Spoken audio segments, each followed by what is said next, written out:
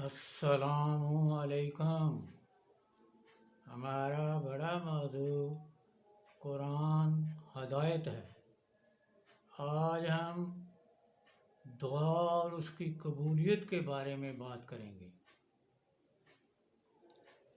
دعا کی ضرورت، جہاں انسانی قدرت و طاقت جواب دے دے، وہاں اللہ کو پکارنا، لیکن اسباب کے ہوتے ہوئے بھی دعا کی ضرورت ہے، کیونکہ اسباب کا خالق و مالک بھی اللہ ہی ہے۔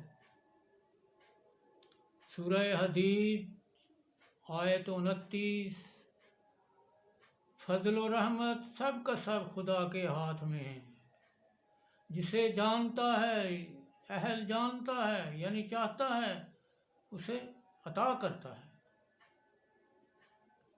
سورہ فرقان آیت 77،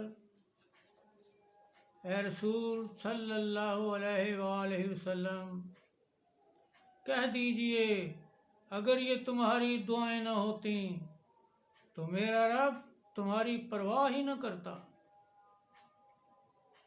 سب سے زیادہ مستند دعائیں قرآن میں درج ہیں، جو اللہ کی کتاب ہے، اور بہترین فریاد انسان اپنی زبان میں ہی کر سکتا ہے۔ دعا ایک وسیلہ ہے، اللہ کے ساتھ بندوں کے تعلق کا ایک وسیلہ دعا اور تضرع جاری ہے۔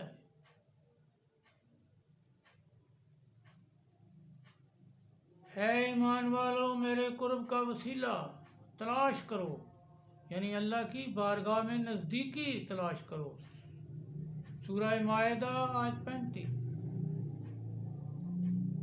اور میرے بندے، اے رسول خدا صلی اللہ علیہ وآلہ وسلم تم سے میرے متعلق سوال کریں تو کہو، اللہ قریب ہے اور پکارنے والے کی پکار کا جواب دیتا ہے۔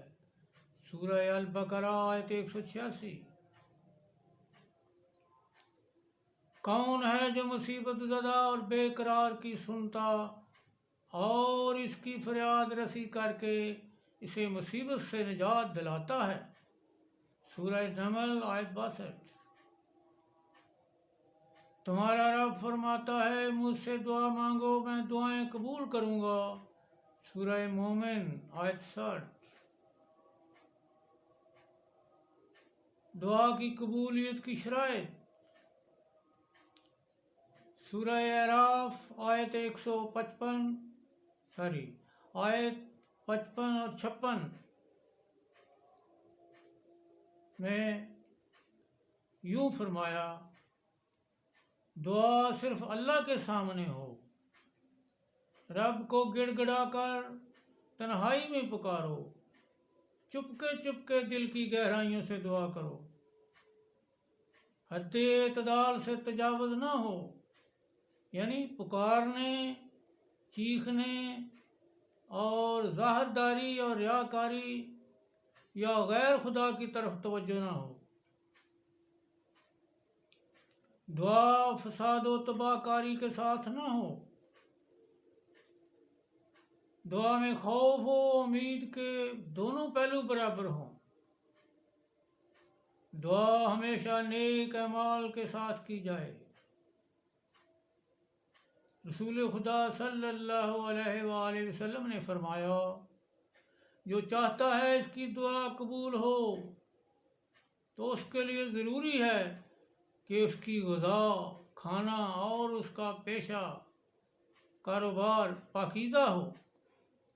فرمایا، امر بالمعروف یعنی نیکی کا حکم اور نہی عن المنکر برائی سے منع کرنا، یعنی یہ کرو ورنہ خدا تم سے بروں کو تمہارے اچھوں پر مسلط کر دے گا، پھر تمہارے اچھوں کی دعا بھی قبول نہیں ہوگی۔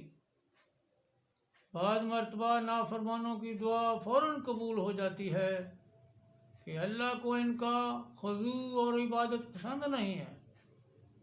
بعض اوقات نافرمانوں کا دعا کی قبولیت کے باعث کفر مزید مضبوط ہو جاتا ہے۔ وسیلہ حضرت علی کی نظر میں نہج البلاغہ میں حضرت علی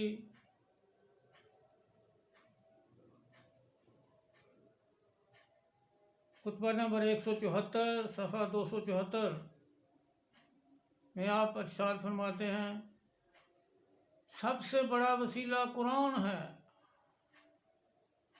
اس سے اپنی روحانی بیماریوں سے شفا چاہو اور اپنی مصیبتوں پر اس سے مدد مانگو، اور قرآن کی دوستی کو لیے ہوئے اللہ کا رخ کرو۔ یقیناً بندوں کے لیے اللہ کی طرف متوجہ ہونے کا قرآن جیسا کوئی اور ذریعہ نہیں۔ تمہیں معلوم ہونا چاہیے کہ قرآن ایسا شفاعت کرنے والا ہے جس کی شفاعت مقبول ہے۔ نہج البلاغہ میں حضرت علی نے اپنے بیٹے امام حسن کو وصیت کے لیے ایک مکمل طور پر تحریر لکھی ہے، جسے مکتوب نمبر 31 کہا گیا ہے، اور صفحہ نمبر 712 تا 714 میں آپ اپنے بیٹے سے یوں فرماتے ہیں، یقین رکھو کہ جس کے قبضہ قدرت میں آسمان و زمین کے خزانے ہیں، اس خدا نے تمہیں سوال کرنے کی اجازت دے رکھی ہے اور دعا قبول کرنے کا ذمہ لیا ہے، اور حکم دیا ہے کہ تم مانگو تاکہ وہ دے، رحم کی درخواست کرو تاکہ اللہ رحم کرے۔ اس نے اپنے اور تمہارے درمیان دربان کھڑے نہیں کیے جو تم کو روکتے ہوں، نہ تمہیں اس پر مجبور کیا ہے کہ تم کسی کو اس کے ہاں سفارش کے لیے لاؤ تب ہی کام ہو، اور تم نے گناہ کیے ہوں تو اس نے تمہارے لیے توبہ کی گنجائش ختم نہیں کی۔ اللہ نے توبہ کا دروازہ کھول رکھا ہے، جب بھی اسے پکارو وہ سنتا ہے۔ تم اسی سے مرادیں مانگتے ہو، اسی طرح کہ تمہیں اپنی بارگاہ میں سوال کرنے کا طریقہ بتایا۔ اس طرح جب چاہو دعا کے ذریعے اللہ کی نعمتوں کے دروازوں کو کھلوا لو۔